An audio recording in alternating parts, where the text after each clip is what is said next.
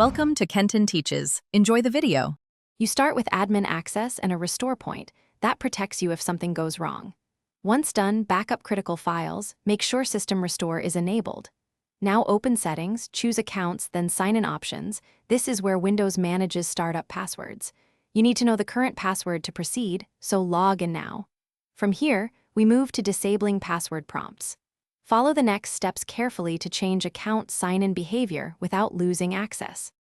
You'll use NetBluzz to remove the startup password prompt. Press Win+R, type NetBluzz, and hit Enter.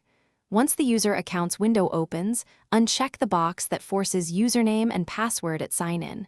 Then click Apply. Windows will prompt you to enter the current password to confirm automatic sign-in. Enter it precisely, then confirm. Make sure the correct account is selected before you finalize. After you click OK, Windows will store credentials for restart the PC to verify automatic sign-in. You should land on the desktop without entering a password. If BitLocker or Windows Hello interrupts the flow, make sure those settings are compatible or temporarily disable them. BitLocker may still require a PIN at boot. If automatic sign-in fails, return to NetBluzz to re-enable the prompt or create a new local admin account and repeat the steps. One key troubleshooting tip: if you lose access, use Safe Mode or the recovery drive to restore your previous sign-in settings.